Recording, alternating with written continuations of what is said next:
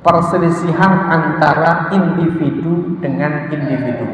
Saya dengan panjenengan berselisih dalam masalah tertentu, maka harus dikembalikan kepada Allah dan Rasulnya, yakni wahyu, yaitu Quran dan Sunnah. Tetapi ayat ini pada mulanya atau pada aslinya adalah berbicara tentang perselisihan antara rakyat dengan ulil amri, dengan pemimpin.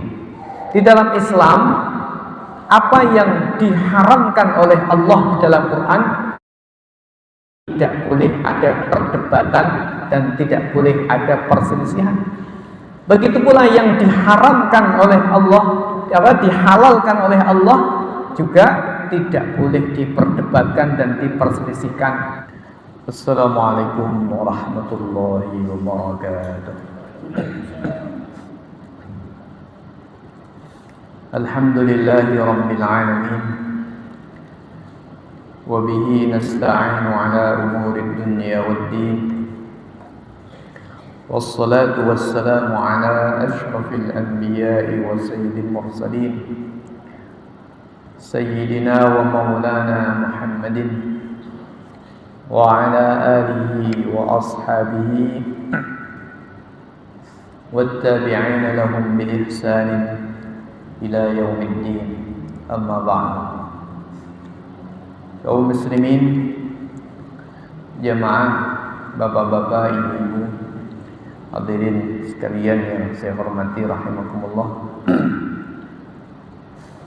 Alhamdulillah, puji dan syukur kehadirat Allah Subhanahu wa taala. Malam hari ini kita kembali diperkenankan oleh Allah, diberikan kesempatan dan diberikan kesehatan serta diberikan kekuatan, sehingga pada malam hari ini kita kembali bisa bersama-sama mengkaji, mempelajari dan memahami ayat-ayat Allah Subhanahu wa taala. Malam hari ini insyaallah kita lanjutkan Quran surat An-Nisa, masuk pada ayat yang ke-60 dan 61 insyaallah. A'udzu billahi minasy syaithanir rajim.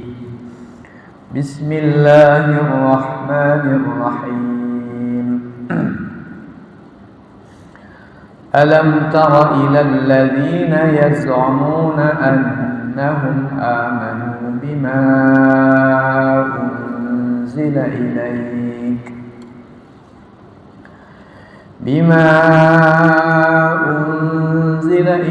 wa ma unzila min qablik yuriduna an yatahakamu ila at-taghuti wa qad umiru an yakfuru bihi wa yuridu asy-syaitanu an yudillahum dhalalan ba'ida. Wa idza qila lahum ta'alu ila ma anzala Allah wa ila ar-rasul ra'aytal munafiqina yasudduna 'anka sududa. Allahumma rahmani Qur'an. Alam tara, tidakkah kamu melihat, tidakkah kamu perhatikan, ilal ladzina yaz'umun, terhadap orang-orang yang mereka mengira, menyangka, annahum, bahwa sesungguhnya mereka amanu, mereka telah beriman, bima unzila ilaika, kepada apa yang diturunkan kepadamu wahai Rasulullah, yakni Al-Quran, wa ma unzila min qablik, dan apa yang telah diturunkan dari sebelummu, yakni kitab-kitab Allah Subhanahu wa taala, sebelum Al-Quran, Taurat dan Injil. Yuriduna ayyatahakamu ila taghut. Keadaan mereka menginginkan, yuriduna, mereka menginginkan, ayyatahakamu ila taghut, senang, menginginkan, senang berhukum ila taghuti, kepada taghut. Wa qad umiru ayyakfuru bih, padahal mereka telah diperintahkan ayyakfuru bihi, agar kufur terhadap taghut. Wa yuridu syaitanu ayyudillahum dhalalan ba'ida, dan setan menginginkan ayyudillahum, menyesatkan mereka, dhalalan ba'ida, dengan kesesatan yang jauh. Wa idza qila lahum, dan tatkala dikatakan kepada mereka, ta'alau, kemarilah, bersegeralah, ila ma anzalallah, kepada apa yang Allah turunkan, wa ilar rasul, dan segeralah menuju Rasul, ra'aital munafiqina, maka kamu melihat orang-orang munafik, yasudduna anka, mereka berpaling darimu, sududan, dengan benar-benar berpaling. Kaum muslimin jamaah, Bapak Ibu yang saya hormati rahimakumullah, ayat yang ke-60 dan 61 ini berbicara tentang orang-orang yang menyimpang dari manhaj, dari jalan yang digariskan oleh Allah Subhanahu wa ta'ala. Apa yang dimaksud dengan jalan yang digariskan oleh Allah Subhanahu wa ta'ala? Yaitu mengikuti apa yang diturunkan oleh Allah kepada Rasulnya, mengikuti Al-Quran dan mengikuti sunnah Nabinya Muhammad sallallahu alaihi wa alihi wasallam. Kalau kita perhatikan ayat sebelumnya, yaitu ayat yang ke-59, di mana Allah Subhanahu wa taala memerintahkan agar kaum mukminin mentaati Allah dan mentaati Rasulnya. Atiiullaha wa atiiur Rasul. Selain itu, kaum mukminin juga diperintahkan untuk mentaati para pemimpin kaum mukminin di dalam masalah apapun, agar mereka kembali kepada Allah, yakni kembali kepada Al-Quran, dan kembali kepada Rasulnya, yakni kembali kepada As-Sunnah. Fa in tanaza'tum fi syai'in farudduhu ilallahi war Rasul.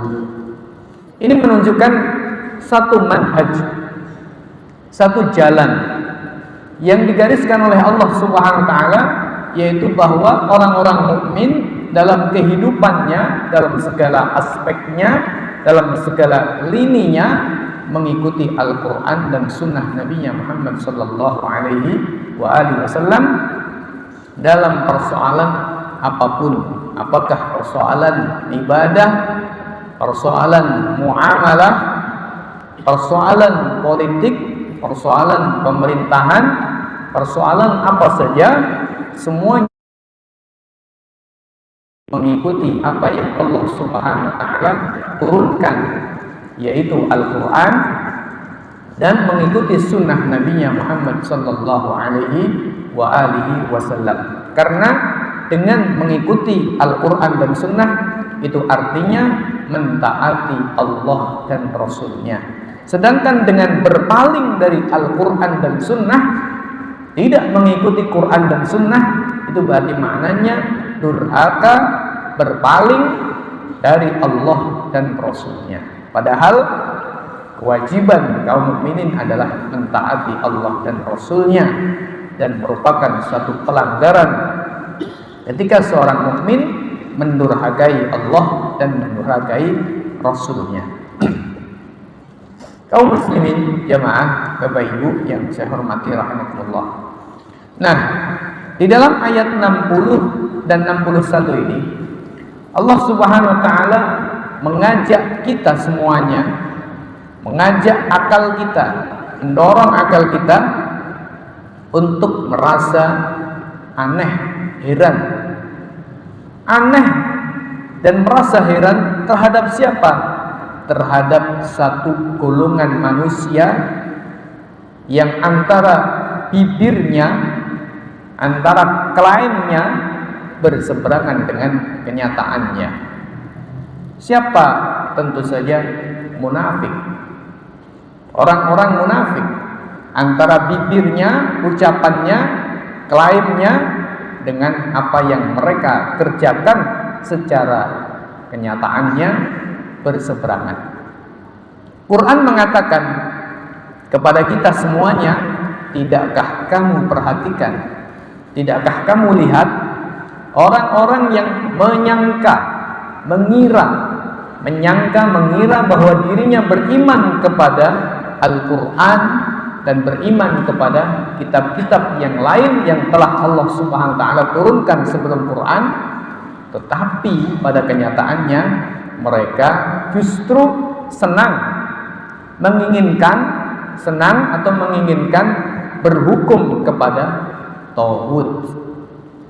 Padahal mereka telah diperintahkan agar kafir kepada tauhid. Begitu kata Al-Quran.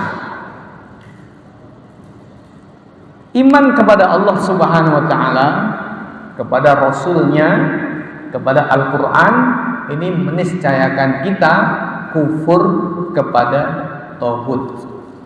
Al-Quran mengatakan, "Wa may yu'min billahi wa may yakfur bit-taghuti wa yu'min billahi faqad istamsaka bil 'urwatil wuthqa lam fisama laha." Barang siapa kufur terhadap tauhid, wa yu'min billah, dan beriman kepada Allah, faqad istamsaka bil 'urwatil wuthqa, maka sungguh dia telah berpegangan dengan tali yang iman kepada tauhid. Itu namanya plus, tidak bisa. La ilaha illallah itu artinya min sama plus. La ilaha, tidak ada Tuhan, tidak ada yang berhak untuk disembah, tidak ada yang berhak untuk ditaati secara mutlak. Itu maknanya min, penafian. Illallah, kecuali Allah. Itu namanya isbat. Namanya isbat, atau bahasa lainnya plus. Jadi la ilaha illallah, kalimat la ilaha illallah itu terdiri dari min dan plus, terdiri dari kufur dan iman. La ilaha itu artinya kufur terhadap semuanya. Illallah artinya iman hanya kepada Allah saja. Jadi kalimat tauhid, kalimat la ilaha illallah itu maknanya meniscayakan kita kufur terhadap tauhid dan hanya iman kepada Allah. Maka wajib untuk iman kepada Allah dan wajib kufur terhadap tauhid. Tidak boleh menghimpun dua-duanya. Yo iman kepada Allah, yo iman kepada tauhid. Ini tidak boleh, namanya musyrik, isyrak billah, menyekutukan Allah Subhanahu wa taala. Nah, di sini di dalam ayat ini Allah Subhanahu wa taala mengajak kita, mendorong kita untuk merasa heran, aneh. Ada orang mengklaim, mengira dirinya iman kepada Allah, Rasulnya, apa yang diturunkan oleh Allah kepada Rasulnya, tapi mereka justru ingin berhukum kepada tauhid. Padahal mereka telah diperintahkan untuk kufur terhadap tauhid. Kalau kufur terhadap tauhid berarti tidak boleh berhukum kepada tauhid. Kalau iman kepada Allah berarti tidak boleh berhukum kepada tauhid. Iman kepada Allah meniscayakan untuk tidak berhukum kepada taghut. Kufur kepada taghut meniscayakan untuk hanya berhukum kepada Allah Subhanahu wa taala. Nah, kaum muslimin jamaah, Bapak Ibu yang saya hormati rahimakumullah. Nah, pertanyaannya, taghut, apa maknanya taghut? Asli maknanya taghut oleh Quran biasanya digunakan untuk menyebut-nyebut sesembahan selain Allah seperti berhala. Nah, pertanyaannya, berhukum kepada taghut, berhukum kepada berhala, meminta keputusan, meminta kebijakan, menuruti dan mentaati hukumnya berhala. Apa ada berhala itu benda mati, barang mati? Tentu tidak. Nah, terus apa maknanya taghut di sini? Karena taghut itu asal maknanya adalah sesembahan selain Allah, maka ia mencakup berhala dan mencakup yang lain. Ini akan menjadi jelas ketika kita melihat sababun nuzul, sebab turunnya ayat ini apa.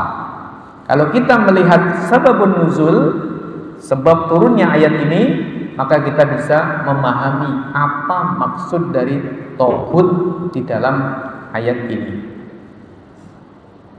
Riwayat di dalam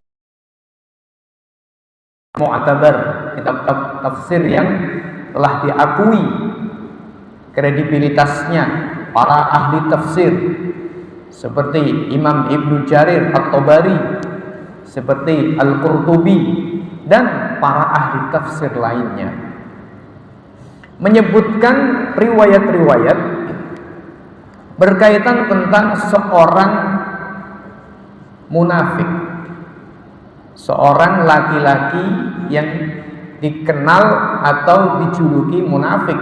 Artinya setelah ayat ini turun dikenali dia sebagai munafik. Ada seorang laki-laki, dia munafik. Munafik itu artinya secara zahirnya menampakkan kalau dia itu iman, kan begitu, menampakkan kalau dia itu Islam, munafik.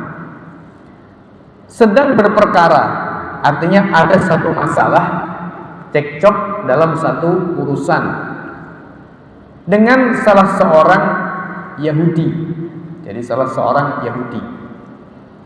Orang Yahudi ini tahu kalau dia berhukum kepada Rasulullah, artinya yang memutuskan perkara adalah Rasulullah, maka pasti adil. Sementara orang munafik ini juga tahu kalau keputusan dibawa kepada Rasulullah, maka akan diputuskan adil dan posisi si munafik ini kalah. Artinya kalah itu memang dia yang bersalah. Karena itu kemudian si munafik mengajak si laki-laki Yahudi ini untuk berhukum kepada kahin. Kahin itu salah seorang dukun. Kalau dalam bahasa Arab namanya dukun. Dalam tradisi Arab zaman dulu, zaman jahiliyah, dukun ini dianggap orang yang memiliki kemampuan yang luar biasa, memiliki kemampuan yang hebat, kira-kira begitu.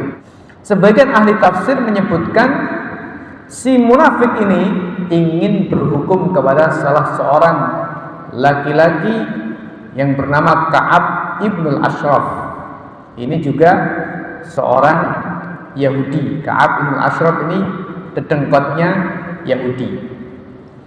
Nah, sementara itu si Yahudi yang berperkara tadi dengan laki-laki munafik menginginkan untuk berhukum kepada Rasul Muhammad sallallahu alaihi wasallam. Maka turunlah ayat, alam tara ilal ladzina yaz'umuna annahum amanu bima unzila ilaika wa ma unzila min qablik yuriduna ayyatahakamu ila at-taghuti wa qad umiru ayyakfuru bihi. Dari sini kita faham apa maknanya taghut.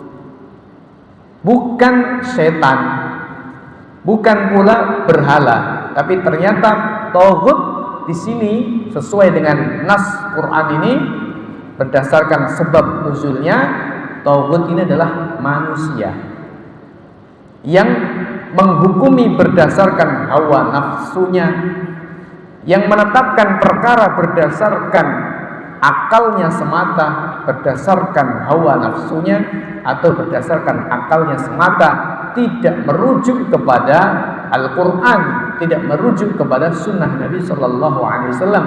Namanya tauhid. Siapa itu? Sebagian ahli tafsir mengatakan Ka'ab ibnul Ashraf, sebagian lagi mengatakan kahin min Juhainah, seorang dukun dari kabilah atau suku Juhainah. Siapapun namanya tidak terlalu penting, akan tetapi yang menjadi penting bagi kita adalah memahami tauhid itu apa. Ternyata di dalam ayat ini tauhid maknanya jelas mengarah kepada satu kesimpulan, yaitu manusia yang menetapkan hukum berdasarkan hawa nafsunya.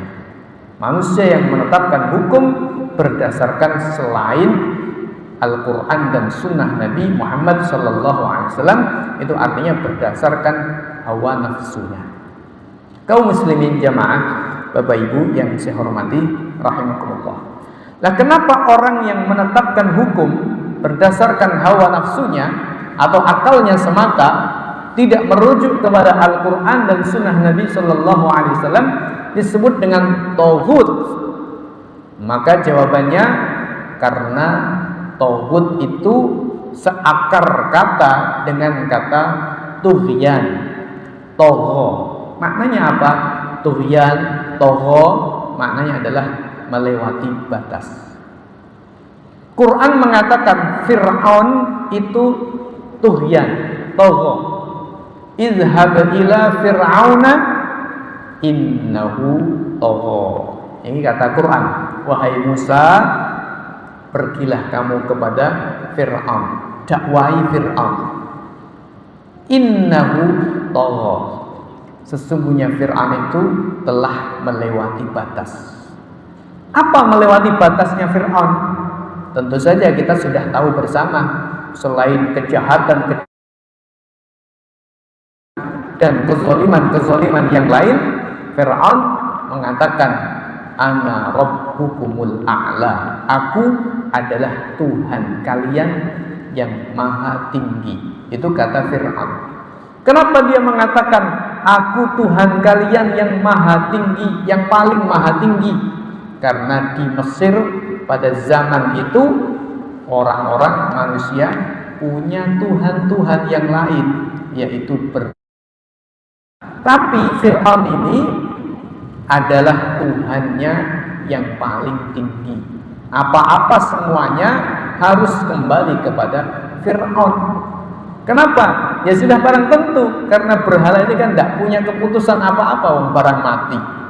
Tapi Fir'aun inilah yang mengendalikan agama, yang mengendalikan semuanya. Maka dia sebagai Tuhan yang paling tinggi. Itu klaimnya Fir'aun. Maka oleh Quran dikatakan innahu tagha, sesungguhnya Fir'aun itu melewati batas. Di dalam ayat yang lain Allah katakan kalla innal insana la yatgha ar-ra'ahu istaghna. Innal insana, sesungguhnya manusia, la yatgha, sungguh dia akan melewati batas. Kenapa? Sebab apa? Quran mengatakan ar-ra'ahu istaghna, sebab atau disebabkan ketika manusia merasa tidak butuh kepada Allah. Manusia yang merasa tidak butuh Allah, entah itu mengingkari Allah atau tidak mengingkari Allah, tetapi dia merasa enggak butuh Allah. Enggak butuh Allah itu enggak butuh rizkinya Allah, enggak butuh petunjuknya Allah, enggak butuh kitabnya Allah, enggak butuh aturannya Allah. Itu semua maknanya enggak butuh kepada Allah. Quran mengatakan sesungguhnya manusia melewati batas. Ar-ra'ahu istaghna, tatkala melihat dirinya merasa tidak butuh kepada Allah. Kaum muslimin jamaah, Bapak Ibu yang saya hormati rahmatullah. Jadi itulah maknanya tauhid di dalam ayat ini. Meski di dalam ayat-ayat yang lain tauhid itu maknanya al-asnam, berhala-berhala, asyayatin, setan-setan kadang-kadang maknanya. Jadi tergantung. Di dalam ayat ini maknanya adalah manusia yang memutus perkara dengan selain kitab Allah dan sunnah Rasulnya, yakni berdasarkan hawa nafsunya. Sehingga kalau kita berangkat dari ayat ini, Bapak Ibu yang saya hormati rahmatullah, klaim keimanan kita dibohongkan oleh Quran ketika kita dalam kehidupan tidak menjadikan Quran dan sunnah sebagai hukum kita. Sebaliknya, kita menetapkan hukum bukan berdasarkan Quran dan sunnah. Berarti klaim iman kita didustakan oleh Quran. Karena Quran mengatakan alam tara ilal ladzina yaz'umun annahum amanu. Tidakkah kamu lihat orang-orang yang menyangka, mengira bahwa mereka beriman? Berarti maknanya, karena menyangka itu kan berarti tidak. Berarti maknanya mereka tidak beriman. Bapak Ibu yang saya hormati rahmatullah, karena itu ayat ini memberikan penjelasan yang sangat gamblang, sangat jelas, bahasa Jawanya cetha welo-welo, gamblang, terang, bahwa kaum muslimin ini wajib berhukum kepada Quran dan sunnah dalam segala aspek kehidupan. Sehingga tidak ada bagi kaum mukminin kehidupan yang disebut dengan sekulerisme. Sekulerisme itu apa? Sekulerisme itu artinya mau mengikuti Tuhan, dalam hal ini Allah, bagi umat Islam, tapi hanya dalam batas-batas tertentu saja, khususnya dalam masalah ritual. Selebihnya tidak maunya bikin aturan sendiri, entah itu dengan kesepakatan, entah itu dengan macam-macam lah modelnya, yang intinya kembali kepada kebebasan manusia, hak asasi manusia, kedaulatan di tangan manusia. Karena manusia dianggap punya hak asasi, lalu berdasarkan hak asasi itulah manusia punya wilayah untuk menetapkan bagaimana cara hidupnya, bagaimana hukum yang mengatur kehidupannya. Maka disinilah manusia telah mengangkat dirinya pada posisi yang tidak selayaknya. Karena posisi ini hanya Allah saja yang berhak berada di posisi ini, yaitu menetapkan hukum, menggariskan hukum bagi kehidupan manusia itu hanya Allah saja. Kaum muslimin jamaah, Bapak Ibu yang saya hormati rahimakumullah. Kemarin kita sampaikan bahwa ayat ini memang bisa dimaknai perselisihan antara individu dengan individu. Saya dengan panjenengan berselisih dalam masalah tertentu, maka harus dikembalikan kepada Allah dan Rasulnya, yakni wahyu, yaitu Quran dan Sunnah. Tetapi ayat ini pada mulanya atau pada aslinya adalah berbicara tentang perselisihan antara rakyat dengan ulil amri, dengan pemimpin. Di dalam Islam, apa yang diharamkan oleh Allah di dalam Quran tidak boleh ada perdebatan dan tidak boleh ada perselisihan. Begitu pula yang diharamkan oleh Allah, dihalalkan oleh Allah juga tidak boleh diperdebatkan dan diperselisihkan.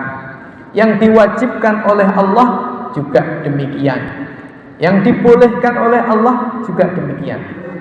Allah dan Rasulnya secara langsung, tetapi masuk ke dalam kaedah-kaedah umum di dalam Quran atau kaidah-kaidah umum di dalam sunnah Nabi Shallallahu Alaihi Wasallam. Maka di dalam masalah yang seperti ini kaum muslimin bisa berselisih pendapat. Nah, ketika berselisih pendapat maka wajib dikembalikan. Tidak boleh pakai hawa nafsunya. Begitu pula ketika terjadi perdebatan atau perselisihan antara rakyat dengan penguasa. Penguasa ingin begini. Dasarnya, dalilnya begini. Rakyatnya tidak sepakat karena ayatnya, sunnahnya begini. Maka harus dikembalikan kepada Quran dan sunnah. Artinya dikembalikan kepada kekuatan argumentasi yang didasarkan pada Al-Quran dan Sunnah, atau kekuatan dalil, bahasa usul fikihnya kekuatan dalil. Nah, dari sini semuanya Bapak Ibu yang saya hormati rahmatullah, kita paham bahwa kehidupan manusia semuanya diatur oleh Allah. Dengan apa? Dengan syariatnya Allah, dengan Islam. Negara, pemerintah mengatur rakyatnya dengan syariat Islam. Begitu. Ketika terjadi perbedaan antara rakyat dengan pemerintah, maka kembalikan lagi kepada sumbernya, kepada asasnya, yaitu adalah Quran dan Sunnah. Nah, sekarang yang menjadi pertanyaan Bapak Ibu, kalau memang negara mengadopsi atau berasaskan Islam, itu bisa kita lakukan. Kembali kepada Quran dan Sunnah bisa kita lakukan. Tetapi bagaimana kalau memang sejak dasarnya, sejak asasnya, dari paradigmanya kehidupan kita, ya, kehidupan kita ini termasuk kehidupan bernegara dan berpolitik tidak berasaskan Islam. Karena sejak awal paradigma kita, asas kehidupan kita, asas kehidupan politik pemerintahan kita, asas negara ini berdiri bukan Islam, maka tidak mungkin bisa kembali kepada ayat fa in tanaza'tum fi syai'in farudduhu ila Allah war Rasul. Nah, Bapak Ibu yang saya hormati rahmatullah, dengan begitu berarti maknanya kalau kita bawa kepada ayat 60, kita berhukum kepada selain Quran dan Sunnah. Jadi dalam banyak kehidupan kita ini, kita berhukum kepada selain Quran dan Sunnah.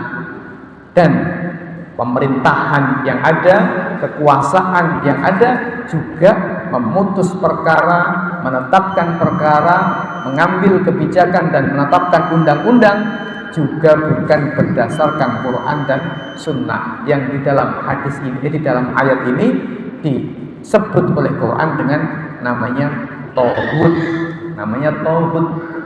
Padahal kita ini sebagai orang yang beriman diperintahkan oleh Allah untuk kufur kepada tauhid. Kufur kepada tauhid meniscayakan untuk tidak berhukum kepada tauhid dan berhukum hanya dengan Quran Sunnah saja, berdasarkan ayat 59 dan 60 ini. Wa yuridu syaitanu ayyudillahum dhalalan ba'ida. Dan ketika manusia tidak mau berhukum kepada hukum Allah, lebih memilih berhukum kepada hukum tauhid, itu artinya apa?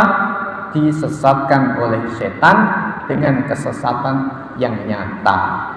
Apapun alasannya, alasan ya tidak relevan lah, alasan berbagai macam alasan yang ada, intinya adalah ayyudillahum dhalalan ba'ida, disesatkan oleh setan dengan kesesatan yang sangat jauh sekali. Na'udzubillah min dzalik. Demikian Bapak Ibu yang saya hormati rahmatullah, yang bisa kita sampaikan pada kesempatan malam hari ini. Kurang lebihnya saya mohon maaf yang sebesar-besarnya. Kita akhiri, subhanakallahumma bihamdika asyhadu an la ilaha illa anta astaghfiruka wa atubu ilaik. Assalamualaikum warahmatullahi wabarakatuh.